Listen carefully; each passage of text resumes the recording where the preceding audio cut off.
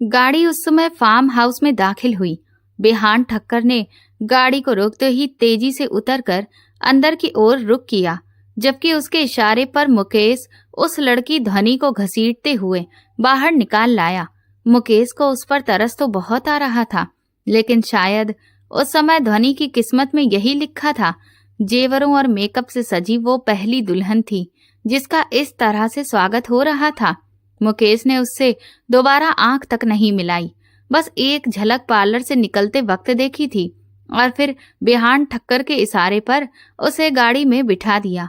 बिहान की लाल चमकती आंखों को देख वो और भी डर गई थी। मुकेश नहीं जानता था कि इस लड़की का अंजाम क्या होगा, लेकिन बिहान ठक्कर के गुस्से से ये साफ जाहिर था कि वो उस समय आग में जल रहा था। उसके गुस्से की असली वजह शायद सिर्फ ध्वनि थी, जिसकी मौजूदगी से वो अपना आपा खो बैठा था। मुकेश, जल्दी से वकील और गवाहों का इंतजाम करो, मैं इसी फार्म हाउस में इससे शादी करूंगा। ये कहते ही बिहान तेजी से अपने कमरे की ओर चला गया, वरना शायद वहीं खड़ा खड़ा वो ध्वनि का गला घोंट देता। ध्वनि लगातार रो रही थी, चीख रही थी, मदद के लिए गुहार लगा रही थी। कभी बिहान के आगे दया की भीख मांगती तो कभी मुकेश के पैरों पर गिर पड़ती, लेकिन इस वक्त किसी पर कोई असर नहीं हो रहा था, क्योंकि सामने खड़ा था बिहान ठक्कर, मनोज साहब का वो बिगड़ा हुआ बेटा जो अपनी शान शौकत और ताकत के गुरूर में हर हद पार कर सकता था।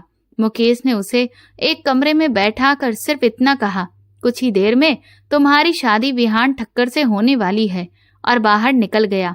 लेकिन ध्वनि की चीखों ने पूरा फार्म हाउस गुंजा दिया। वो हर हाल में इस शादी से बचना चाहती थी, उसे बस आजादी चाहिए थी। वो इन लोगों के चुंगल से बाहर निकलना चाहती थी। जिस वक्त उसकी किस्मत ने नई जिंदगी की शुरुआत और खुशियों का सपना लिखा होना चाहिए था, उसी वक्त उसका भाग्य पलट गया। वो आदमी जिससे वो सिर्फ एक बार मिली थी, आज उसका पति बनने जा रहा था, और वो खुद को इस बंधन में बंधने से रोक नहीं पा रही थी। बिहान ने दोबारा हुक्म दिया, मुकेश, वकील और गवाहों का बंदोबस्त करते हुए अपनी बीवी अनीता को भी बुलाओ। मैं नहीं चाहता कि ये लड़की कागजी कार्रवाई के वक्त कोई तमाशा खड़ा करे। तुम्हारी बीवी इसे समझाए कि ये शादी मान ले, वरना इसे मिट्टी में मिलाने में मुझे देर नहीं लगेगी। मुकेश सर झुकाकर वापस मुड़ गया। इस बार वो अपने घर की ओर जा रहा था, अपनी पत्नी अनीता को लाने। वो कभी भी हवेली या फार्म हाउस नहीं आई थी, लेकिन आज बिहान ठक्कर का आदेश था। जब वो अनीता को लेकर आया, उस समय ध्वनि का वही हाल था, वो रो रो कर बेहाल थी। अनीता जब पहली बार फार्म हाउस में दाखिल हुई और सामने बैठी ध्वनि को देखा तो दंग रह गई। शादी के जोड़े में लिपटी ये लड़की अपनी हालत पर रो रही थी। मुझे यहाँ से बाहर निकालिए प्लीज, मुझे घर भेज दीजिए, ध्वनि ने अनीता के आगे गिड़गिड़ाया। अनीता को उस पर बेहद तरस आया, लेकिन वो कुछ कर नहीं सकती थी। मुकेश ने उसे यही समझाया था कि उसे इस लड़की को समझाना है कि विहान एक अच्छा इंसान है और वो इस शादी के लिए तैयार हो जाए। विहान ध्वनि से रजिस्टर मैरिज करने वाला था, क्योंकि उसमें कम समय लगता है। बस कागजों पर साइन करते ही वो शादी गवाहों की मौजूदगी में पूरी हो जाती है। विहान जल्द से जल्द उससे शादी करना चाहता था, इसीलिए उसने रजिस्टर मैरिज का फैसला किया। अनीता ने धीरे से ध्वनि के बाजुओं को पकड़कर उसे बिस्तर पर बिठाया और कहा, तुम यहाँ से नहीं जा सकती बेटा, तुम्हें यहाँ विहान ठक्कर से शादी करने के लिए लाया गया है। मुझे किसी से शादी नहीं करनी, मुझे घर जाना है। वो कहते कहते अनीता के पैरों में गिर पड़ी। उसकी हालत देख अनीता की आंखें भी भीग गईं। वो बिल्कुल उसकी बेटी की उम्र की लग रही थी। एक पल के लिए वो कांप उठी। अगर कल को उसकी बेटी इस जगह होती तो? अनीता जल्दी से बाहर निकली और मुकेश को ढूंढने लगी, लेकिन वो दिखाई नहीं दिया। तभी सामने से विहान आता दिखा। वो बिना किसी हिचक के उसकी ओर बढ़ी और हाथ जोड़ दिए। साहेब, उस लड़की पर रहम कीजिए, वो बहुत रो रही है। चुप रहो, भूल मत जाओ कि तुम्हारी औकात क्या है और तुम किसके सामने खड़ी हो। विहान की गरजती आवाज से फार्म हाउस थर्रा उठा। अनीता सहम गई। उसे समझा दो कि अगर उसने शादी से इनकार किया तो उसकी इज्जत मिट्टी में मिलाने में मुझे एक पल भी नहीं लगेगा। ये अल्फाज शायद विहान के लिए मामूली थे, लेकिन अनीता के लिए बहुत भारी थे। वो वापस अंदर गई। ध्वनि के सामने हाथ जोड़ दिए और बोली, बेटी, इन बेरहम लोगों के सामने और मत रो। अगर वो तुमसे शादी करना चाहता है तो मान जाओ, वरना ये लोग तुम्हें जिंदा लाश बना देंगे। लेकिन मेरा क्या कसूर है? मुझे क्यों लाया गया है? ध्वनि बिलखते हुए पूछने लगी। ये सवाल ऐसा था जिसका जवाब खुद अनीता के पास भी नहीं था। ये लोग शिकारी हैं बेटी, ये शिकार की वजह नहीं बताते, बस फड़फड़ाते हुए परिंदों को देखकर खुश होते हैं। अगर इस फड़फड़ाहट में तुम अपनी जान भी गवा दो तो इन्हें कोई फर्क नहीं पड़ेगा। इसीलिए मान जाओ मेरी बच्ची, वरना तुम्हारी जिंदगी तबाह हो जाएगी। अनीता उसे समझा रही थी, लेकिन ध्वनि नहीं जानती थी कि उसका कसूर क्या था। उसे इस सजा के काबिल क्यों समझा गया? एक ही पल में उसे ऐसी सजा सुना दी गई जिसकी कल्पना भी उसने कभी नहीं की थी। अनीता उसकी माँ की उम्र की थी। एक पल को ध्वनि को ऐसा लगा जैसे अनीता की आंखों से बहते आंसू उसकी अपनी माँ के आंसू हैं, जो उसकी किस्मत पर रो रहे हैं।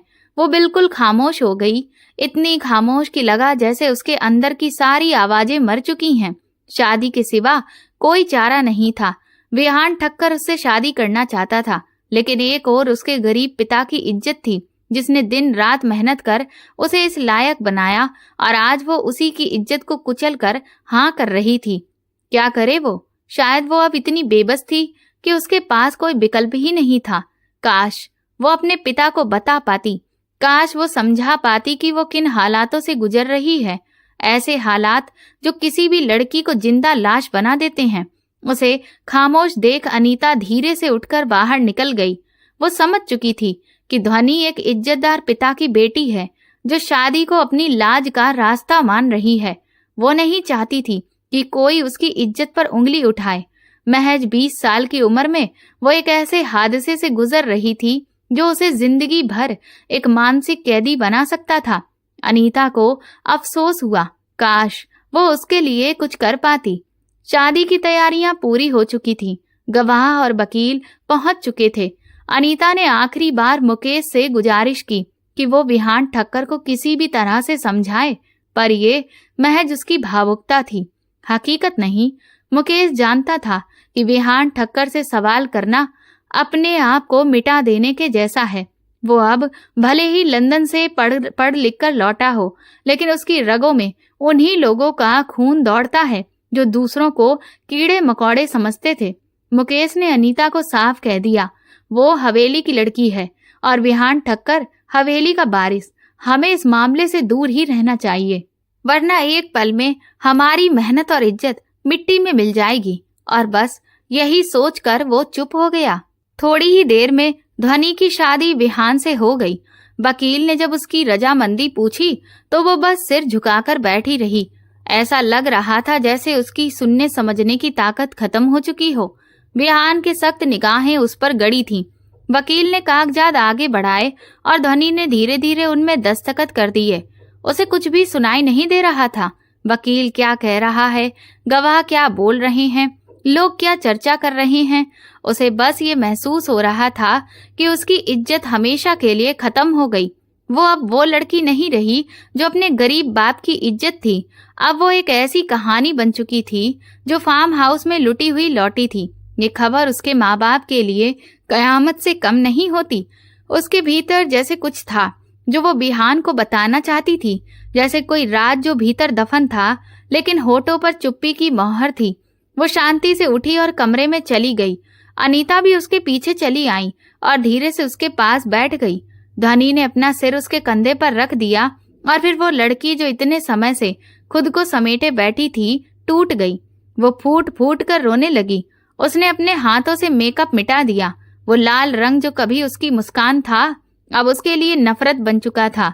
मुकेश की बात याद करते हुए अनीता ने कहा, विहान एक इज्जतदार आदमी है। भले ही उसने किसी गलत भावना से तुमसे शादी की हो, लेकिन अब वो तुम्हारा पति है और पति पत्नी का रक्षक होता है, लुटेरा नहीं। मुझे डर लग रहा है मौसी, ध्वनि ने उसकी आंखों में झांकते हुए कहा। उसकी आंखों में डर, उसकी थरथराती हथेलियां, उसकी धीमी सांसें सब बता रहे थे कि वो अंदर से बुरी तरह से टूटी हुई है। अनीता ने सांत्वना दी, सब ठीक हो जाएगा। अभी समय कठिन है, लेकिन कल अच्छा होगा। तभी दरवाजे पर दस्तक हुई। मुकेश खड़ा था। इस लड़की को तैयार कर दो और साहब के कमरे में भेज दो, उसे सब कुछ समझा देना। इतना कहकर वो चला गया। अनीता का दिल जोर से धड़कने लगा। न जाने अब कौन सी नई आफत आने वाली थी। शायद ध्वनि भी नहीं जानती थी कि उसका अगला पल कैसा होगा। अपना चेहरा ठीक करो और तैयार हो जाओ, विहान ने तुम्हें अपने कमरे में बुलाया है। ये सुनते ही ध्वनि का दिल कांप उठा। वो कोई बच्ची नहीं थी। वो जानती थी कि इसका मतलब क्या है। शायद अब वो ये जताना चाहता था कि वो उसका पति है, या शायद वो उस बदले की आग में उसे झोंकना चाहता था। वजह जो भी हो, लेकिन अब वो इनकार नहीं कर सकती थी। अब अनीता ने उसके चेहरे को ठीक किया, उसकी आंखों में देखा और बोली, पति और पत्नी के बीच अधिकार होते हैं। पति रक्षक होता है। मुझे भरोसा है एक दिन यही रिश्ता तुम्हारे लिए मायने रखेगा। उसने अनीता का हाथ पकड़ लिया। वो नहीं जानती थी कि ये औरत कौन है, और फिर अनीता ने कांपते मन से उसे बिहान के कमरे की ओर भेज दिया।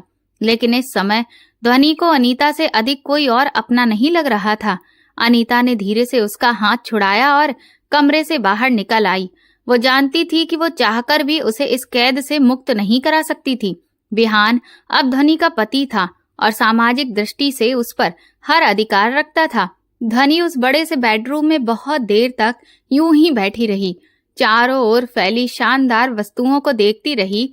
सामने दीवार पर टंगी बिहान की तस्वीर भी अब उसे डरा रही थी। उसके मन में अपने माता पिता की छवि बार बार उभर रही थी।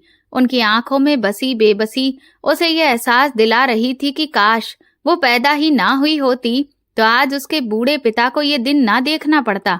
अपनी आंखों की नमी पोंछते हुए वो दरवाजे की ओर मुड़ी, जो उसी वक्त खुल रहा था। बिहान अपनी भारी और घमंड भरी चाल के साथ भीतर आया और वो बस उसे देखती रह गई। उसकी आंखों में एक अजीब सा जुनून था, एक ऐसा जुनून जो सिर्फ उसकी ओर देखा जा रहा था। मजबूत कदमों से वो उसके करीब आ गया, जबकि आने वाले पलों की कल्पना से ध्वनि का दिल धड़कने लगा। वो नहीं जानती थी कि सामने खड़ा व्यक्ति उसके साथ कैसा व्यवहार करेगा, लेकिन उसकी आंखों में बसे डर को देखकर बिहान को एक अजीब सुकून मिल रहा था। शायद वो चाहता भी यही था कि ध्वनि उसी दर्द से गुजरे जिससे वो स्वयं गुजर चुका था। कैसा लग रहा है तुम्हें बिहान की जिंदगी में आकर? उसने तंज भरे लहजे में कहा। शायद तुम्हें ऐशो आराम की इतनी आदत हो गई है कि अब चैन से नहीं रह सकती, वरना बहुत सी लड़कियां बिहान की दुल्हन बनने को तरसती हैं। ध्वनि ने अपनी डर से भरी आंखें उठाकर उसकी ओर देखा, लेकिन उसका मन सुन्न हो चुका था। वो कुछ कहना चाहती थी, लेकिन उसकी जुबान जैसे तालू में बंद हो गई थी। साहिब, उसने कांपती आवाज में कहा। शुरू ही किया था कि बिहान ने उसका जबड़ा पकड़कर कड़ा झटका दिया। खबरदार, अगर जुबान खोली तो तुम्हारी वजह से मैंने अपने सबसे कीमती रिश्ते को खोया है। उस इंसान की आंखों में बेबसी देखी जिसने मुझे जीना सिखाया था। वो गरजते हुए उसके और करीब आ गया, उसके सिर से अपना दुपट्टा खींचकर फेंक दिया और कई हेयर पिन उसके बालों में ही टूट गए। दर्द के मारे वो चीख उठी और उसकी ये चीख बाहर बैठे अनीता के दिल को चीर गई। उसने मुकेश की तरफ देखा, लेकिन मुकेश ने उसकी आंखों से नजरें फेर लीं। ये सब मुकेश के लिए नया नहीं था, लेकिन अनीता के लिए ये पहला अनुभव था। जमींदारों की क्रूरता का प्रत्यक्ष साक्षी बनना। मुकेश ने इस फार्म हाउस में कई दर्दनाक पल देखे थे, लेकिन उसने कभी सोचा नहीं था कि बिहान भी इतना नीचे गिर जाएगा। ध्वनि ने चीखते हुए उसकी ओर देखा, लेकिन उसने झट से उसका मुंह दबा दिया। अगर तुम्हारी आवाज इस कमरे से बाहर गई तो जुबान खींच लूंगा। वो एक शिकारी की तरह पेश आ रहा था, जिसने अपने शिकार पर रहम करना छोड़ दिया था। उसने आगे बढ़ते हुए अपने हाथ से उसके हाथ को कसके दबाया था। वो तड़प रही थी, एक घायल चिड़िया की तरह। बाहर बैठी अनीता की आत्मा तक कांप रही थी, लेकिन वो चाहकर भी कुछ नहीं कर पा रही थी। मुकेश अब उसे घर वापस ले जाने को तैयार था, लेकिन वो रुकी रही। वो एक बार ध्वनि को देखना चाहती थी, उसे दिलासा देना चाहती थी। कमरे से चीखें अचानक थम गईं। वहां गहरी खामोशी छा गई। कुछ देर बाद बिहान ठक्कर कमरे से बाहर निकला, गाड़ी स्टार्ट की और फार्म हाउस से निकल गया। अनीता ने समय बर्बाद किए बिना कमरे का रुख किया। ध्वनि, उसने पुकारा, लेकिन जैसे ही उसकी हालत देखी उसका कलेजा कांप उठा। वो दीवार के सहारे यूं बैठी थी जैसे उसकी आत्मा शरीर छोड़ चुकी हो। अनीता तुरंत बाहर भागी और मुकेश को बुलाया। मुकेश भागकर आया और उस लड़की की हालत देखकर स्तब्ध रह गया। उसे अस्पताल ले चलो, अनीता गिड़गिड़ा रही थी। मुकेश बिहान ठक्कर के आदेश का इंतजार कर रहा था। तभी अनीता ने उसे झकझोर कर कहा, अगर उसकी जगह तुम्हारी बेटी होती तब भी तुम आदेश का इंतजार करते। मुकेश अब और सहन नहीं कर सकता था। उसने गाड़ी स्टार्ट की और फार्म हाउस से निकल गया। क्या होगा देखा जाएगा, अभी तो उसकी जान बचाना जरूरी थी। गाड़ी अस्पताल की ओर दौड़ रही थी। मुकेश बार बार बिहान को कॉल कर रहा था, लेकिन उसका फोन बंद जा रहा था। अनीता ने धनी का सिर अपनी गोद में रखा और उसे होश में लाने की कोशिश की, लेकिन वो बेहोशी में भी डर से कांप रही थी। उसकी हालत देखकर अनीता खुद भी रोने लगी। बिहान ठक्कर, जिसने अपने भीतर के गुस्से को निकालकर खुद को हल्का करना चाहा, शायद ये भूल गया था कि उसके जमीर पर अब सिर्फ उस लड़की की चीखें दर्ज हो चुकी थीं और वो दाग कभी हल्का नहीं होगा। खुद को एक अनजान जगह पर रोकते हुए वो सिर्फ ये समझाना चाहता था कि उसने कुछ भी गलत नहीं किया, क्योंकि उस लड़की ने जो कुछ पहले किया था वो उसी सजा की हकदार थी। आखिर हवेली की लड़की होकर उसकी हिम्मत कैसे हुई कि वो हवेली की इज्जत को दांव पर लगाए और फिर हवेली की इज्जत को रौंदते हुए घर से बाहर निकल जाए। लेकिन इस वक्त उसके दिल से ये आवाज आ रही थी कि उसे किसी को भी सजा देने का हक नहीं था, लेकिन जो कुछ हो चुका था वो अब लौटाया नहीं जा सकता था। उसने सब कुछ अपनी मर्जी से किया था और अब ताउम्र उस लड़की को अपनी कैद में रखकर उसे ये एहसास दिलाना चाहता था कि उसने जिंदगी में एक ऐसा कदम उठाया है जो हवेली की इज्जत से खेलने वाले को उठाने से पहले 100 बार सोचना चाहिए। काफी देर खुद को समझाने के बाद एक बार फिर वो फार्म हाउस लौट आया। वो उसका हाल जानना चाहता था, उसे देखना चाहता था कि वो किस हालत में है। क्या उसका घमंड और अकड़ टूट चुके हैं? फार्म हाउस में दाखिल होने के बाद उसने मुकेश को नहीं पाया। तब वो उस कमरे की ओर बढ़ा, लेकिन कमरे में भी वो लड़की मौजूद नहीं थी। सारा फार्म हाउस उसने छान मारा, लेकिन ध्वनि कहीं नहीं मिली। परेशान होकर वो कमरे में चक्कर काटता हुआ मुकेश का नंबर डायल कर रहा था, लेकिन मुकेश फोन नहीं उठा रहा था, जबकि कुछ देर पहले ही उसकी कई मिस्ड कॉल्स आ चुकी थीं। उसे नोटिफिकेशन मिल चुका था कि मुकेश ने बार बार उसका नंबर डायल किया था। न जाने कौन सी आफत आ गई थी कि वो बिना बताए गायब हो गया। अभी वो इन्हीं उलझनों में घिरा था कि उसका मोबाइल बज उठा। स्क्रीन पर दादी का नाम चमकता देख उसकी तनी हुई नसें ढीली पड़ गईं। मोबाइल कान से लगाते ही उसने आदर से प्रणाम किया। दूसरी तरफ से सुशीला जी की मीठी आवाज उसके दिल को सुकून दे गई। इस दुनिया में अब सिर्फ 2 ही रिश्ते थे जो उसके लिए अहमियत रखते थे, एक जो वो खो चुका था और दूसरा ये रिश्ता उसकी प्यारी दादी। विहान, आज रात घर आ जाओ। दादाजी के बाद तुमने हवेली छोड़ दी थी। जी दादी, कोशिश करूंगा कि सुबह तक घर पहुंच जाऊं। आप सुनाइए, कैसी हैं? उसने नरम लहजे में पूछा, लेकिन सुशीला जी को उसके स्वर से ही उसकी परेशानी का अंदाजा हो गया था। बहुत परेशान लग रहे हो बिहान। वे उसकी हालत को भली भांति समझ सकती थीं। दादाजी के निधन के बाद वो किस हद तक टूट चुका था उन्हें पता था, लेकिन वो खामोश हो गया। वो नहीं चाहता था कि दादी को वो बताए कि उसकी चिंता की असली वजह क्या है। काश वो उन्हें समझा सकता, लेकिन फिर दादी की अगली बात उसके लिए सिर्फ एक खबर नहीं, एक भूचाल थी जिसने उसकी सांसें थमा दी। विहान बेटा, मृदुला घर लौट आई है। तुम्हारे ताऊजी ने उसे माफ कर दिया है और मैं चाहती हूँ कि तुम भी अपनी नाराजगी भूल जाओ। आखिर यह हवेली की इज्जत का मामला है। वो जैसे सन्न रह गया। अगर मृदुला इस वक्त हवेली में है तो फिर वो लड़की कौन थी जो इस वक्त फार्म हाउस में थी? ये सोच उसे भीतर तक झंझोड़ गई। दादी, मैं आपसे बाद में बात करता हूँ, वो वह मुश्किल कह पाया। उसका दिल पहली बार इस कदर कांप रहा था कि उसने झट से सीने पर हाथ रख लिया। उसने मुकेश को कॉल लगाया। इस बार कॉल उठ गई। साहब, माफ कीजिए, आपकी कॉल रिसीव नहीं कर पाया, अभी अस्पताल में हूँ। ये सुनकर विहान कुछ पल के लिए स्तब्ध रह गया। अस्पताल में? लेकिन क्यों? उसका स्वर अब बेहद नरम था, या फिर शायद अब उसमें इतनी ताकत ही नहीं बची थी कि वो किसी पर गरजे। साहब, दीदी जी को अस्पताल लाना पड़ा। वो खामोशी से सुनता रह गया। अब वो बेहतर हैं। मैं उन्हें लेकर कुछ ही देर में लौट रहा हूँ। मुकेश, मृदुला इस वक्त हवेली में है। तो ये लड़की कौन है? दूसरी तरफ सन्नाटा था। शायद मुकेश भी ये नहीं जानता था। साहिब, उस दिन आपके हुक्म पर ही इस लड़की को उठाया था। बहुत बड़ी भूल हो गई। मुकेश, इस लड़की को कुछ भी नहीं होना चाहिए, कुछ भी नहीं। तड़पते हुए उसने सख्ती से कहा और कॉल काट दी। उसमें इतनी भी ताकत नहीं बची थी कि वो सफाई दे सके या इस मामले को और भी कुरेदता। वो 4 दिन पहले की घटना उसके जहन में घूमने लगी। वो सिर्फ दादाजी और दादी की ख्वाहिश पर हवेली आया था, वरना हवेली में कोई भी ऐसा नहीं था जो उसके करीब होता। ताऊ जी और ताई जी ने हमेशा उससे नफरत की थी। अपने माता पिता की मौत के बाद वो लगातार अपनों की बेरुखी झेलता रहा, और जब वो अब थोड़ा चैन चाहता था, उसने एक ऐसी आग जलाई थी जिसमें अब उसकी अपनी रूह भी जलने लगी थी। तो मनोज साहब ने उसे हमेशा के लिए लंदन भेज दिया था।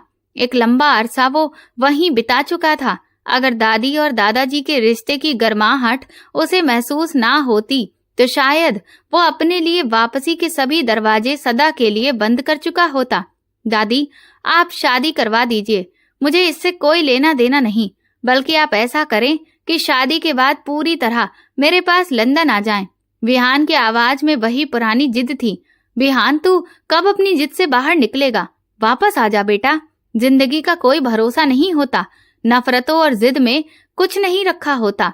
मनोज साहब ये बात अच्छी तरह समझते थे कि विहान वापस आने से क्यों कतरा रहा है, लेकिन उन्होंने उसे बहुत प्यार और धैर्य से समझाया और आखिरकार विहान को झुकना ही पड़ा। सच तो ये था कि वो खुद भी बहुत बेचैन था, उनसे मिलने के लिए, उनके पास लौटने के लिए और इस हवेली में अपनी खोई हुई यादों को फिर से छूने के लिए। दिनेश और ताई की नफरत की असली वजह ये थी कि वे चाहते थे कि विहान की परवरिश की सारी जिम्मेदारी उन्हीं के पास हो और साथ ही उसके पिता की जायदाद भी उनके नाम कर दी जाए ताकि दौलत पर भी उनका अधिकार रहे। लेकिन शायद दादाजी मनोज साहब उनके लालची स्वभाव से भली भांति परिचित थे, इसीलिए वे अपने फैसले पर अडिग रहे और बचपन में ही विहान के नाम उसके पिता की पूरी जायदाद कर दी। जब दौलत आंखों पर पट्टी बन जाए तो अपने भी सांप बन जाते हैं, ये दादाजी का यकीन था। जब तक विहान यहाँ रहा, दिनेश और ताई की सर्द निगाहें, तीखे ताने और छुपी नफरतों का शिकार बना रहा, जबकि दादी और दादाजी ही थे जो उसके लिए सच्चे मायनों में घर की ममता और सुरक्षा थे। दिनेश ताया की सिर्फ एक बेटी थी जो विदेश में पढ़ रही थी और वो शादी में नहीं आई थी। एक ही बेटी होने के बावजूद भी उनके मन में लालच और अधिकार की भूख पड़ी हुई थी। वे चाहते थे कि विहान की दौलत भी उनके हाथ आ जाए और विहान जिंदगी भर उनके सामने सिर झुकाकर रहे, लेकिन विहान के स्वाभिमान और गुस्सैल स्वभाव ने उसे कभी झुकने नहीं दिया। उसने खुद को साबित किया, दादाजी के साथ कंधे से कंधा मिलाकर खड़ा रहा और अपने हक की लड़ाई खुद लड़ी। विहान हर दिन यही सोचता कि दादाजी की लंबी उम्र हो, क्योंकि अगर भारत में उसने ये रिश्ता खो दिया तो शायद वो खुद को हमेशा के लिए खो देता। वो मृदुला की शादी में आया तो था, लेकिन उसे क्या पता था कि यहाँ आकर एक ऐसी कयामत उसका इंतजार कर रही है जिससे गुजरना उसके लिए नरक से कम नहीं होगा। विहान को ये सुनकर बेहद अजीब लगा कि शादी के सिर्फ 3 दिन बाकी हैं और फिर भी मृदुला हॉस्टल में है। वो ये कहकर टाल रही थी कि सीधे मेहंदी के दिन ही आएगी। मृदुला दिनेश ताऊ के दोस्त की बेटी थी। मृदुला के माता पिता की मौत एक एक्सीडेंट में हो गई थी और उसके परिवार में उसकी देख रेख करने को कोई भी तैयार नहीं था। तब ताऊ उसे अपने साथ ले आए थे और उन्होंने ही उसकी परवरिश की थी, लेकिन उन्होंने मृदुला को गोद नहीं लिया था, बल्कि अपने दोस्त की अमानत के तौर पर उसे बस सहारा दिया था। दादी ने इशारों इशारों में उसे बता दिया था कि दिनेश ने अपनी मृदुला को कुछ ज्यादा ही लाड़ दिया है, जिससे वो उनसे खुश रहे और दिनेश दोस्त की दौलत पर भी अधिकार कर पाए। अब वो अपने मन की ज्यादा सुनती है। विहान जब दादाजी और दादी की छांव में बैठा तो एक बार फिर वही 10 साल का बच्चा बन गया जो दादी की गोद में सिर रखे बिना सो नहीं पाता था। रामलाल जो हवेली के पुराने नौकर थे, उनके साथ मिलकर बिहान ने खुद सारे इंतजाम संभालने का बीड़ा उठाया। उसे पता था कि ये रिश्ते सांप से भी ज्यादा जहरीले हैं, फिर भी वो चाहता था कि इन्हें तोड़े नहीं बल्कि अपने प्यार और सच्चाई से निभाए। उसे अपने हक की पहचान थी। अब वो पूरी तरह जवान और सक्षम था। इशारों इशारों में दिनेश ने यह भी बताया कि वे अपने दोस्त की बेटी की शादी बिहान से करना चाहते हैं, लेकिन मनोज साहब जानते थे कि बिहान कभी इसके लिए राजी नहीं होगा। अब तक उसके दिल में इतना जहर भर चुका था कि वो इस रिश्ते को रिश्ते की बजाय दौलत की भूख समझता रहा। फिर दिनेश ने अपनी मर्जी से अपने दोस्त की बेटी के लिए रिश्ता ढूंढा और शादी तय कर दी। ताई ने जितने दिन वो हवेली में रहा सिर्फ लड़के की तारीफों के पुल बांधे। वो शर्त देखना चाहता था, आखिर वो लड़का है कौन जिसकी इतनी तारीफें हो रही है, जिसने ताई की जुबान पर कब्जा जमा रखा है।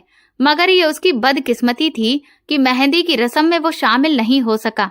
किसी वजह से देर हो गई और उसकी और मृदुला की मुलाकात भी नहीं हो सकी।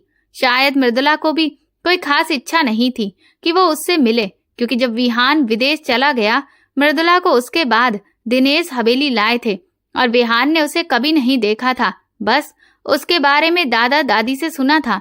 उस सुबह मृदुला की बारात थी। विहान का मन किया कि आज वो जरूर उससे मिलेगा और शायद इसी इरादे से वो दादाजी के कमरे में चला गया, जहां उसने एक नटखट सी लड़की को देखा।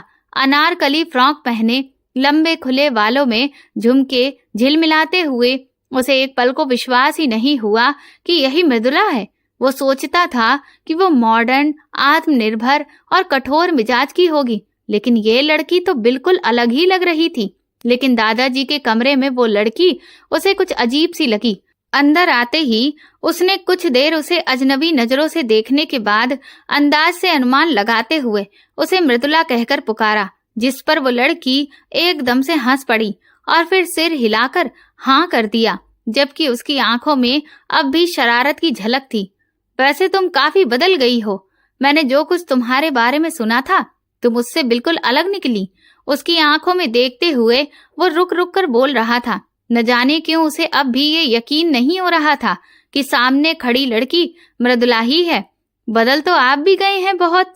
सामने खड़ी लड़की ने उसे सिर से पांव तक देखा और फिर आंखें घुमाकर बोली। कुछ देर बातचीत के बाद वो बाहर निकल आया, लेकिन कमरे से बाहर निकलते वक्त भी उसे उस लड़की की हंसी की गूंज साफ सुनाई दी। मनोज साहब उस समय वॉशरूम में थे, इसीलिए उनसे ज्यादा बात नहीं हो पाई। उसका इरादा था कि कुछ जरूरी काम निपटाने के बाद वो दोबारा दादाजी से मिलने आएगा। मृदुला से बात करके उसे अच्छा लगा था। वो उसे शरारती किस्म की लड़की लगी, जो बातूनी भी थी और नजरें बहुत गहरी रखने वाली थी। ये उसके लिए थोड़ा अजीब अनुभव था, क्योंकि मृदुला के बारे में उसने सुना था कि वो बहुत मॉडर्न है, लेकिन यहाँ तो वो पूरी तरह पारंपरिक रूप में नजर आई। उस दिन उसने सारे इंतजाम खुद ही संभाल रखे थे, क्योंकि रामलाल, उनका पुराना वफादार नौकर, अपनी बेटी की शादी की तैयारियों में व्यस्त था। मनोज साहब से उसने सुना था कि रामलाल की इकलौती बेटी की शादी कुछ ही दिनों में तय है और इसीलिए उसे दोहरी जिम्मेदारी निभानी पड़ रही थी। रामलाल को थोड़ा आराम देने के लिए उसने खुद ही हवेली के कामकाज संभाल लिए थे। उस हवेली के नौकरों से खास लगाव था, खासकर उनसे जो उसके बचपन से वहां काम कर रहे थे। उसकी व्यक्तित्व, रौबदार मौजूदगी और सादगी ने मनोज साहब को गर्व से भर दिया था। ऐसा लग रहा था मानो बुढ़ापे में भी जवानी लौट आई हो। सुशीला जी की आंखों में तो जैसे अपने स्वर्गीय बेटे की छवि वापस लौट आई थी। उनका जीवन हमेशा से अधूरा रहा था, क्योंकि जवानी में ही उनका बेटा उन्हें छोड़कर चला गया था, बस अपनी एक अमानत छोड़कर। वो आज तक उसी अमानत की हिफाजत कर रहे थे। अब बस यही तमन्ना थी कि वे उस अमानत के लिए सुशील बहू ले आएं और फिर सुकून से अपनी जिम्मेदारी से मुक्त हो जाएं। जिंदगी उनका साथ दे या ना दे, उन्हें फिर किसी बात का गिला नहीं होगा।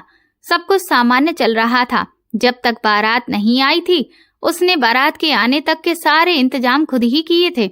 लेकिन जैसे ही खबर आई कि बारात दरवाजे पर पहुंच चुकी है, ये भयानक बात भी सामने आ गई। मृदुला गायब हो चुकी थी। ये उसके लिए झटका देने वाला था। उसे अंदाजा तक नहीं था कि इतनी शांत और सीधी सादी लगने वाली लड़की इतना बड़ा कदम उठा सकती है। ये कैसे हो सकता है ताऊ जी?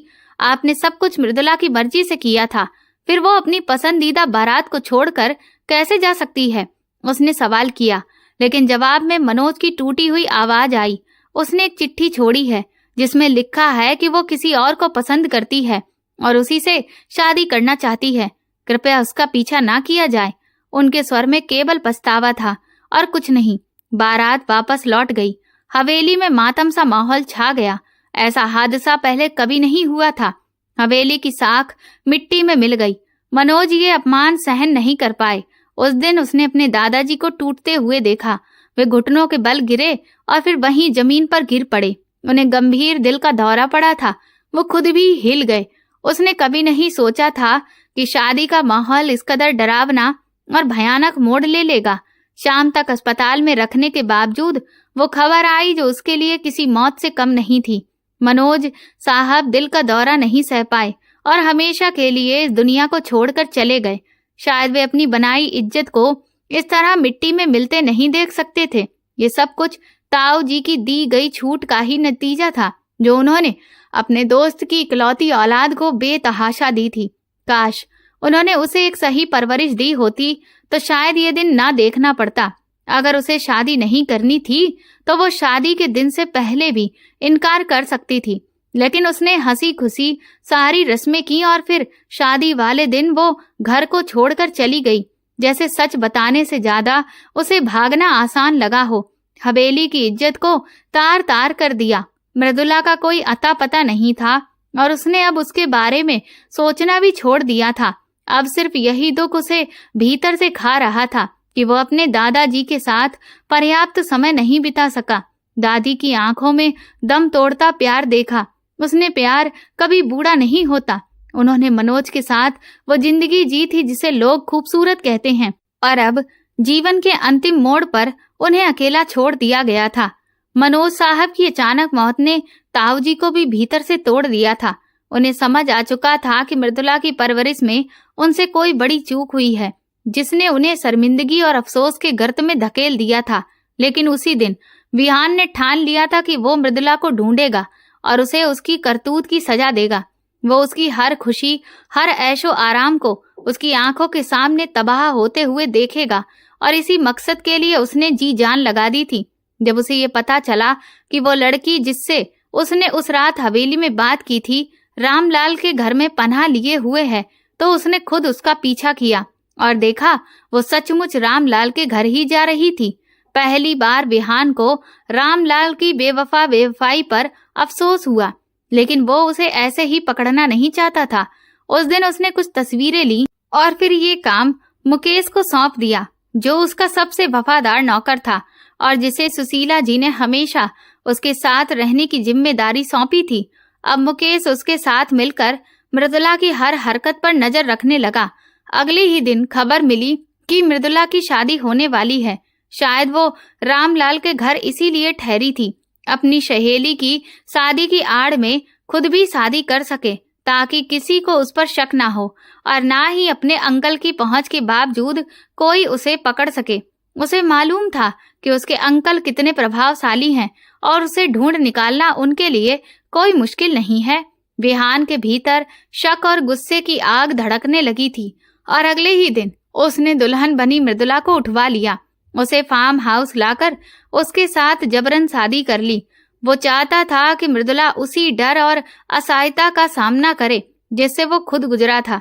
नफरत अब उसकी रगों में दौड़ रही थी। उसे लगता था कि अपने दादाजी की टूटी उम्मीदों का बदला उसे मृदुला से ही लेना है। उसने उसकी आंखों में सपनों का टूटना, अरमानों का बिखरना और डर का गहरापन देखा। रामलाल से तो वो बाद में निपटने वाला था। पहले वो अपनी बेटी की शादी निपटा ले, फिर उसे भी उसकी बगावत की सजा देगा, लेकिन फिलहाल मृदुला से निपटना उसके लिए जरूरी था। काफी प्रताड़ना देने के बाद उसने उसका चेहरा देखना तक गवारा नहीं किया और उसे धक्का देकर कमरे से बाहर निकल गया। उसे ये अंदाजा नहीं था कि उसके बाद उस लड़की के साथ क्या हुआ होगा। अब जब मुकेश की बातें और सुशीला जी के शब्द उसके कानों में पड़े तो वे किसी बम की तरह फटे और उसकी सोचने समझने की ताकत छीन ले गए। उधर ध्वनि उस दिन मनोज साहब से मिलने आई थी। कुछ ही दिनों में उसकी शादी तय हो चुकी थी। ये रिश्ता सिर्फ उसके पिता की मर्जी से हो रहा था। वो अपने माता पिता की इकलौती संतान थी और उनसे बेहद लगाव रखती थी। हवेली में आना जाना लगा रहता था और वो मनोज और सुशीला जी से गहरा लगाव रखती थी, इसीलिए कभी कभी मिलने आ जाया करती थी।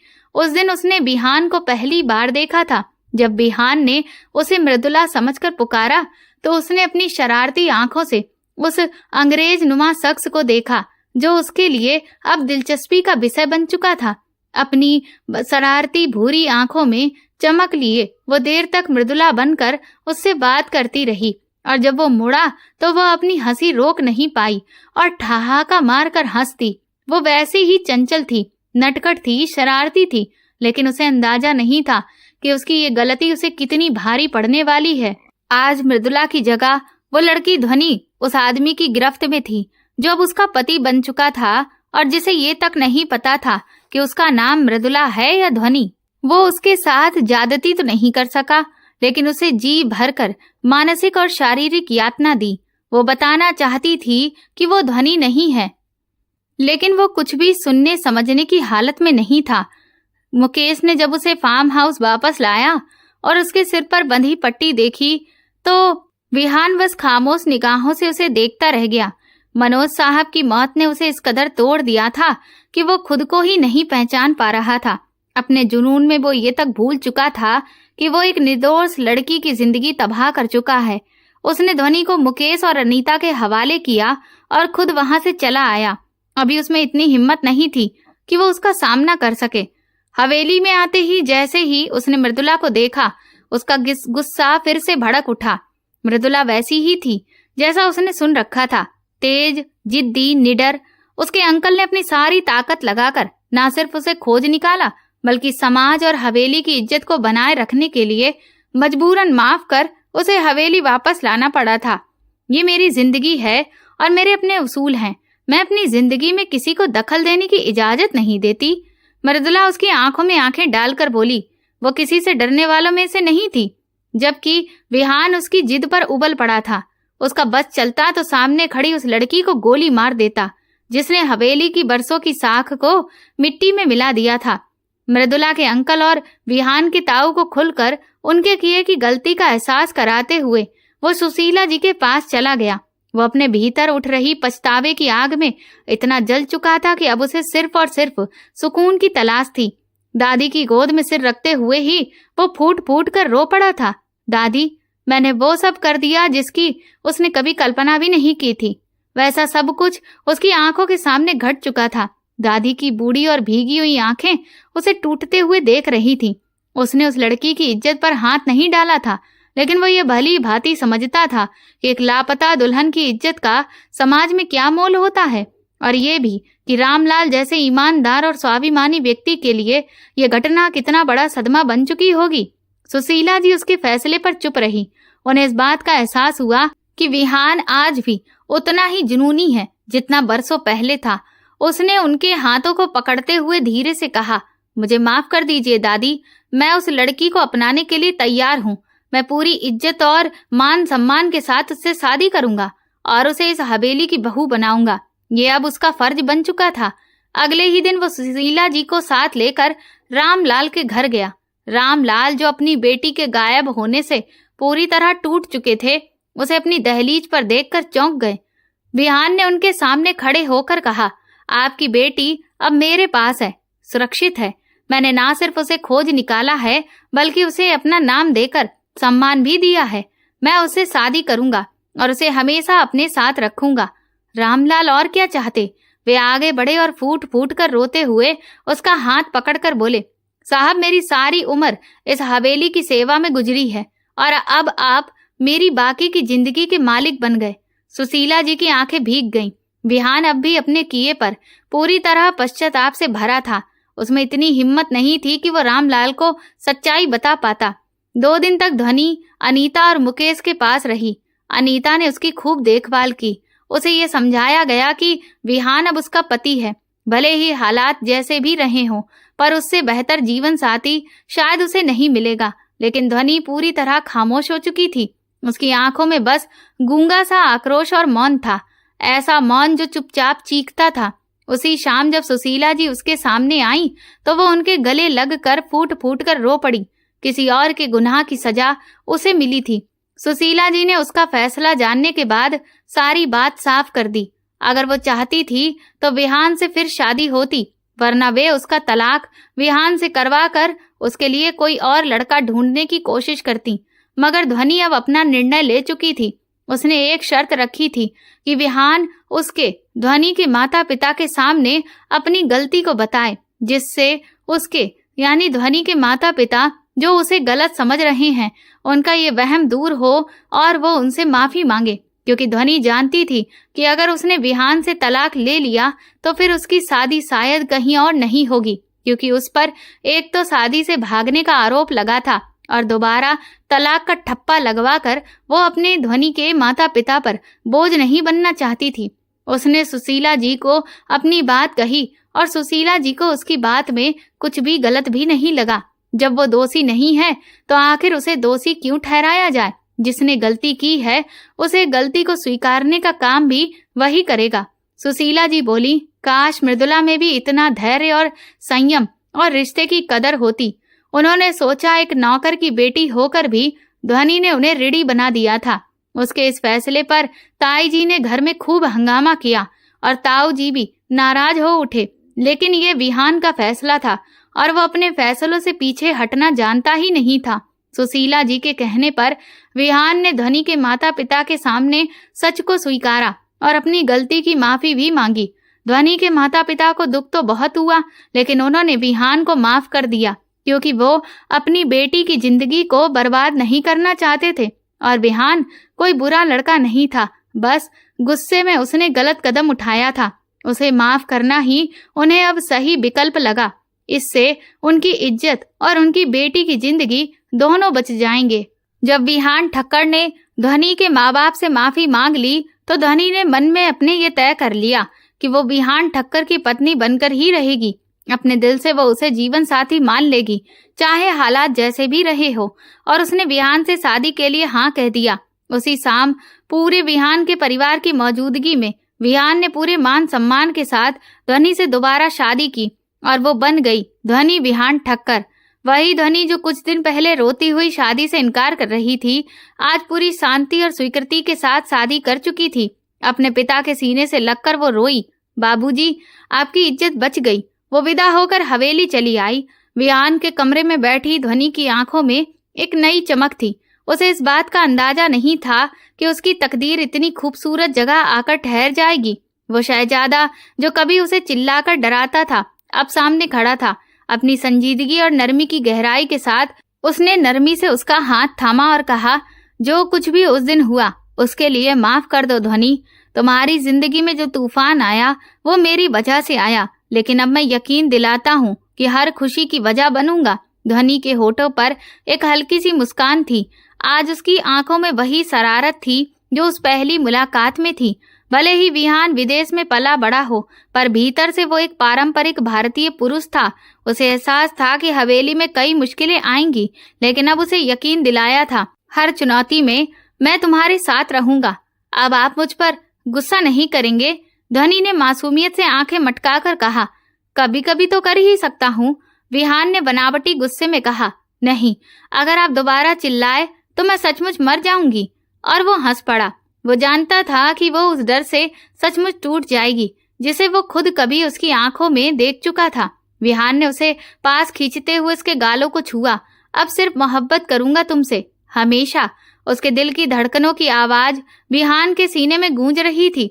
उसकी शर्म से सजी हुई सूरत उसकी नजरों को ठहरने पर मजबूर कर रही थी। आज से तुम सिर्फ मेरे करीब रहोगी, जितना अभी हो उससे भी ज्यादा। उसकी फुसफुसाहटें ध्वनि के कानों में जैसे कोई मीठी सरगम घोल रही थी। विहान जानता था कि वो धीरे धीरे अपनी मोहब्बत से उसके हर डर को मिटा देगा।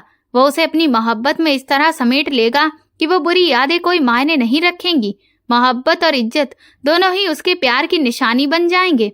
ध्वनि मन ही मन सोच रही थी कि उसकी किस्मत ने भी क्या रंग दिखाया।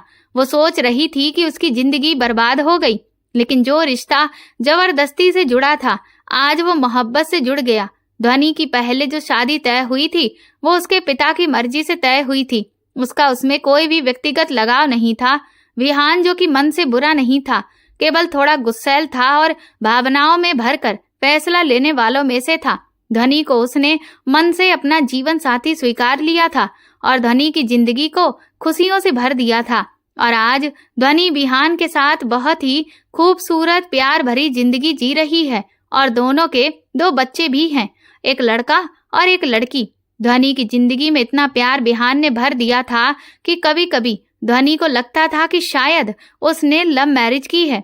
दोस्तों, कभी कभी जीवन में सही लोगों द्वारा भी गुस्से में आकर कुछ गलत फैसले कर लिए जाते हैं। इसीलिए जब भी आप गुस्से में हो तो उस पर कंट्रोल करने की कोशिश करें। गुस्से में कोई भी बड़ा फैसला ना लें। ये पूरी कहानी काल्पनिक है। इसका किसी भी व्यक्ति, स्थान या वास्तविक घटना से कोई संबंध नहीं है। इसका उद्देश्य केवल मनोरंजन, शिक्षा और सस्पेंस आधारित कहानी को प्रस्तुत करना है। दोस्तों, अगर आपको ये कहानी अच्छी लगी है तो मुझे कमेंट सेक्शन में जरूर बताएं। मेरे चैनल को सब्सक्राइब कर वीडियो को लाइक कर दें और वीडियो को हाइप भी दें। ऐसी और भी रोमांचक कहानियों को सुनने के लिए मेरे चैनल के साथ बने रहें। धन्यवाद।